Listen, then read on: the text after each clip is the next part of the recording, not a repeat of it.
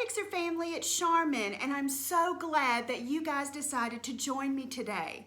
And if this is the first time to my channel, I want to say a big welcome and consider sticking around and joining the Fixer family by hitting that subscribe button and the notification bell to be notified each time I upload new videos. Now, I upload every Friday and I throw in bonus videos in there from time to time, and again, would love for you to become a part of the Fixer family. So now let's get into today's fun project. Welcome to Fixin' 2. So what you'll need for this project is two 2x4s at 8 inches, two 2x4s at 6 inches, and one 1x2 at 1 inch, some orange acrylic paint.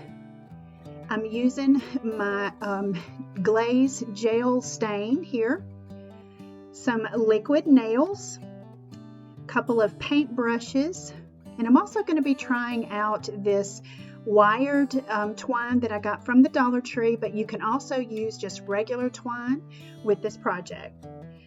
So of course, the first thing I'm going to do is sand everything really well. Make sure you get all the rough edges from where you cut it. And then just taking my acrylic paint, I'm going to just be painting, of course, all the pieces. Now, some of these pieces, I didn't paint all the way in the spots that are going to be glued together. That just kind of saved on paint, saved on time as well. But you want to get all of your sides, all 4 sides, and then of course the areas that you're going to see.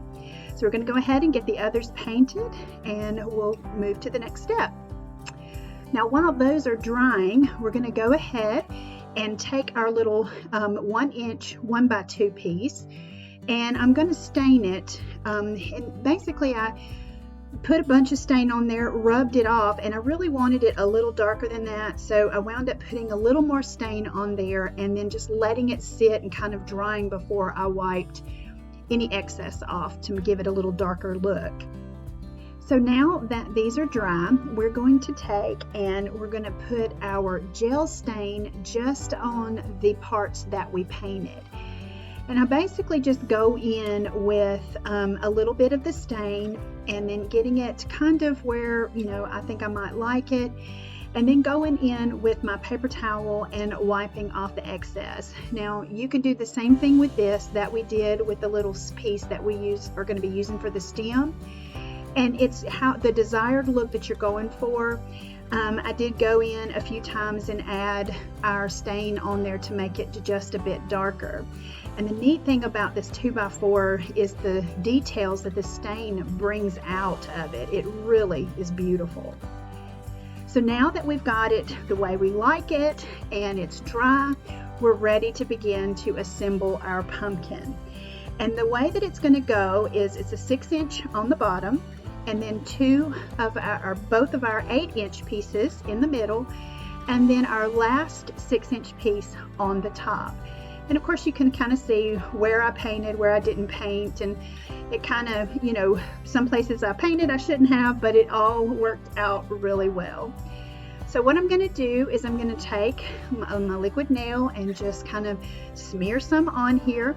Now let me give you guys a little bit tip that I did wind up going back and doing. I didn't show it here, but after seeing how easily the liquid nail moves, because until it has time to set, I wound up taking it apart and putting hot glue as well as the liquid nails to give you that short-term, long-term hold.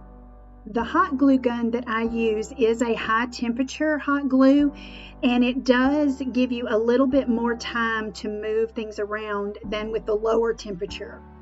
Now you can go ahead and do it just like this and allow your liquid nails to set, but of course I'm a little impatient, so I did take them apart and use my hot glue to give me that short-term, long-term hold. So basically you see me just putting this together and getting it in place where I want it.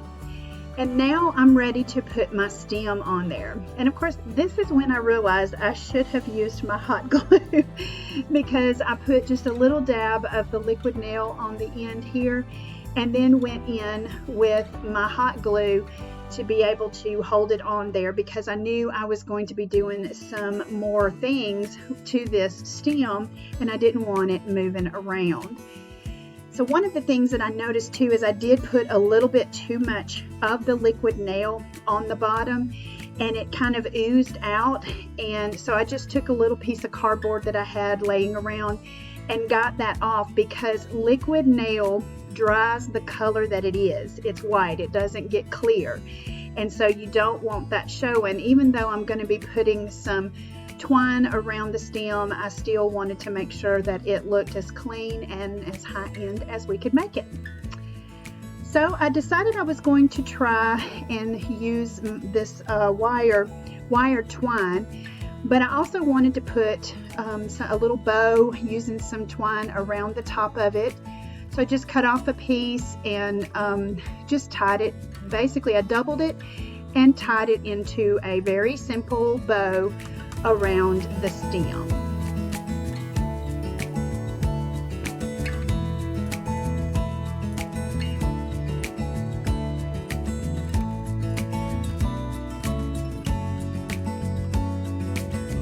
Now guys, I have to tell you about this wired twine. I know a lot of you said that you haven't been able to find it, and my personal opinion, it's not a big deal that you haven't found it unless you guys can give me some tips on this stuff.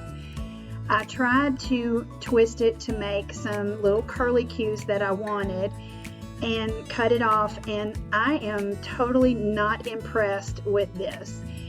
For me, as soon as I pulled it off of my little paintbrush here, you could see that the twine just came right off of it. I mean, it was like it didn't work. It did not work for me. So I'm going to share a little tip with you. Now again, if you guys can tell me something that I can do to this, maybe even use my Mod Podge on this to make them stay, please do. Please let me know down in the comment section below. But what I did wind up doing is going in, pulling off a few pieces of my jute twine, grabbing my Mod Podge, and I'm going to create some curly cues myself. And it's really simple to do, and it's just you want to take your strings that you have out here and you want to totally saturate them with your Mod Podge. And I wound up doing a little bit shorter ones, but just saturate them really well, and then take your pencil, pen, marker, whatever you wind up using, and just wrap them around.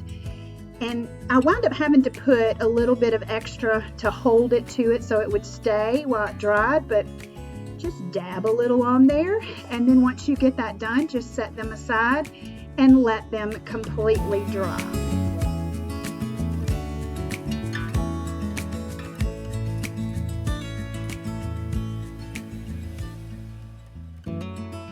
Once they are completely dry, you just easily just kind of release them from your pencil, and there you have these cute little curly cues to be used wherever you would like to use them.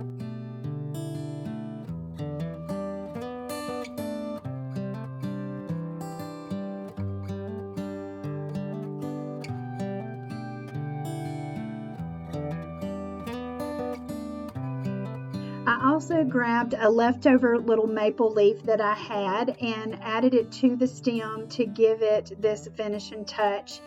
And guys, I think that this pumpkin turned out so stinking cute. What do you think? Let me know down in the comment section below.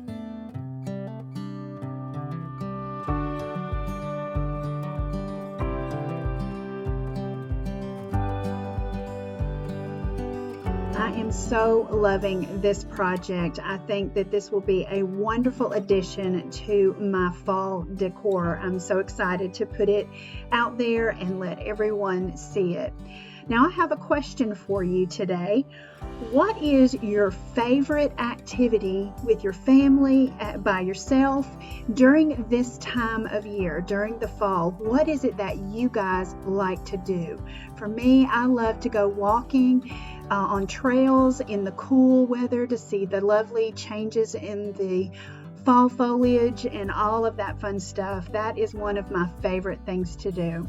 Well, guys, know that I love you, and always remember to keep looking up, because that's where it all is. I'll see you on the next video.